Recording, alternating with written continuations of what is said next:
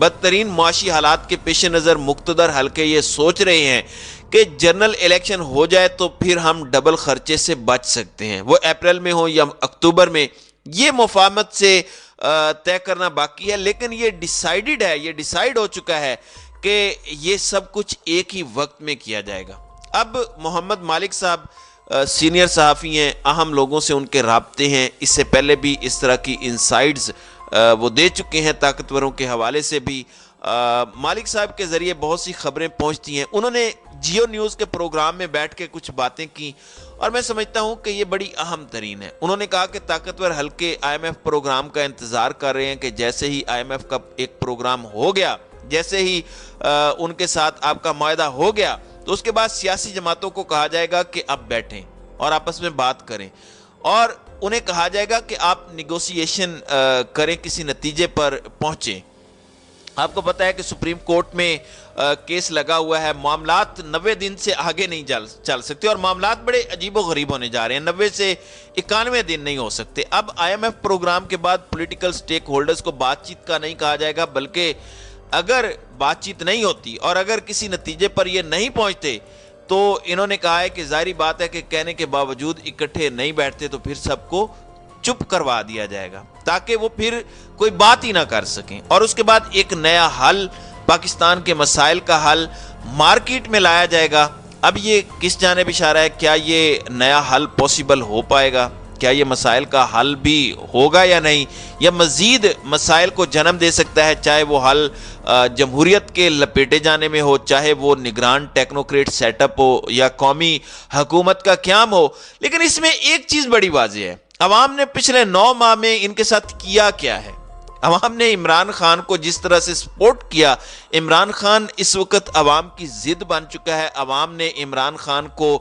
Support کرتے ہوئے ہر جگہ پہ جس طرح سے عمران خان کو لے کر چلے ہیں، مجھے نہیں لگتا کہ اگر طاقتور عمران خان کے خلاف جانے کی کوشش کریں گے یا کرتے ہیں تو عوام ایسا ہونے دے گی، لیکن یہ ہوائیں گورنمنٹ کے لیے الارمنگ ہو سکتی ہیں۔ میں ذاتی طور پر سمجھتا ہوں کہ اگر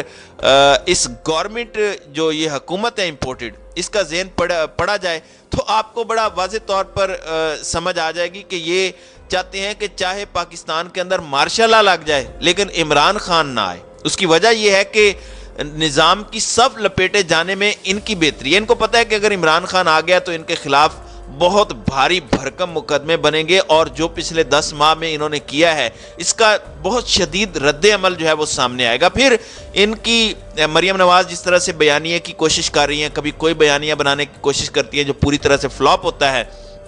ان کو ایک بیانیہ مل جائے گا، اور یہ بیانیہ کی تلاش میں پچھلے 9 ماہ سے تھے بھی، تو اس لیے مجھے لگتا ہے کہ یہ عمران خان سے بہتر آپشن جو ہے وہ یہ اپنائیں گے کہ نظام کو ہی لپیٹ دیا جائے۔ اب سپریم کورٹ میں ایک درخواست دائر کی گئی ہے پنجاب اور خیبر پختونخوا کے عام انتخابات کے لیے از خود نوٹس کیس میں اقلیتی برادری نے فریق بننے کی درخواست کی ہے۔ سموئل پیارا نامی شخص کی جانب سے سپریم کورٹ میں درخواست دائر کی گئی ہے جس میں موقف اختیار کیا گیا ہے کہ پنجاب اور کے پی میں عام انتخابات سے مسیحی برادری کے حقوق بھی جڑے ہوئے ہیں۔ درخواست گزار کا کہنا ہے کہ صدر پاکستان کی دونوں صوبوں میں عام انتخابات کی دی گئی تاریخ کو تبدیل کیا جائے۔ 9 اپریل مسیحی برادری کے مذہبی تہوار ایسٹر کا دن ہے اور دونوں صوبوں کی مسیحی برادری ایسٹر کے تہوار میں مصروف ہوگی۔ درخواست میں استدعا کی گئی ہے کہ 7 اپریل کو گڈ فرائیڈے کا دن بھی مقدس دن ہے۔ دونوں صوبوں میں اس لیے 7 یا 9 اپریل کو عام انتخابات نہ کرائے جائیں۔ مسیحیوں کے حقوق کو مد نظر رکھتے ہوئے درخواست گزار کو از خود نوٹس میں فریق بنایا جائے۔ اب ایک بات تو اپنی جگہ پہ ٹھیک ہے کہ عید والا دن ہو یا کوئی بھی مذہبی تہوار ہو، اس دن جو ہے وہ الیکشن نہیں ہونے چاہیے، لیکن دوسری جگہ آپ کو یہ بھی پتا ہے کہ الیکشن جو ہے وہ 90 دن سے آگے نہیں جا سکتے، اس لیے 9 سے 10 نہیں ہو سکتی، کیونکہ 90 دن جو ہیں وہ پورے ہوتے ہی الیکشن اگر نہیں ہوتے تو یہ ایک توہین عدالت ہوگی، یہ آئین توڑنے کے مترادف ہوگا، اس لیے یہ جو ہے یہ مشکل ہے۔ دوسری جانب مریم نواز کی اگر بات کی جائے، مریم نواز نے جس طرح سے سپریم کورٹ کو للکارا، سپریم کورٹ کے خلاف گفتگو کی، 2 حاضر سروس ججز کے خلاف نہ صرف گفتگو کی، نہ صرف ان کے اوپر الزامات لگائے، بلکہ ان کی تصاویر کو بھی بھرے جلسے میں جو ہے وہ منظر عام پر دکھایا گیا، ایک طرح سے خطرہ ان کے لیے لاحق کیا گیا۔ اب ذرائع یہ بتا رہے ہیں، کل رات کو بھی ایک جو ہے وہ درخواست جو ہے وہ لیا کے اندر اعظم چوک جو تھانہ ہے وہاں پر مریم نواز کے خلاف دائر کی گئی ہے۔ اب کہا یہ جا رہا ہے کہ کنٹیمپٹ آف کورٹ کے حوالے سے، توہین عدالت کے حوالے سے جو ہے وہ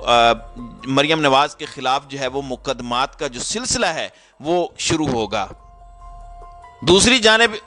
عمران خان نے جس طرح سے راجن پور کے اندر ایک landslide victory Imran Khan کو حاصل ہوئی ہے اور پی ٹی آئی کا امیدوار بھاری مارجن کے ساتھ 2/3 کے ساتھ جیتا ہے، اور جس طرح سے پیپلز پارٹی اور نون لیگ کو ایک بھرپور شکست ہوئی ہے، یہ ایک ویک اپ کال ہے۔ ایک طرح سے راجن پور کے اندر عوام نے انتخابات کا ایک ٹریلر جو ہے جاری کیا ہے، اور یہ ٹریلر جو ہے یہ بتاتا ہے کہ آئندہ آنے والے انتخابات میں Imran Khan P T I imported حکومت کے بالمقابل کہاں پر کھڑی ہوگی۔ تو ناظرین کرام، آپ کی اس ویڈیو کے حوالے سے کیا رائے ہے؟ اب اپنی رائے کا اظہار کامنٹ سیکشن میں ضرور کیجیے گا۔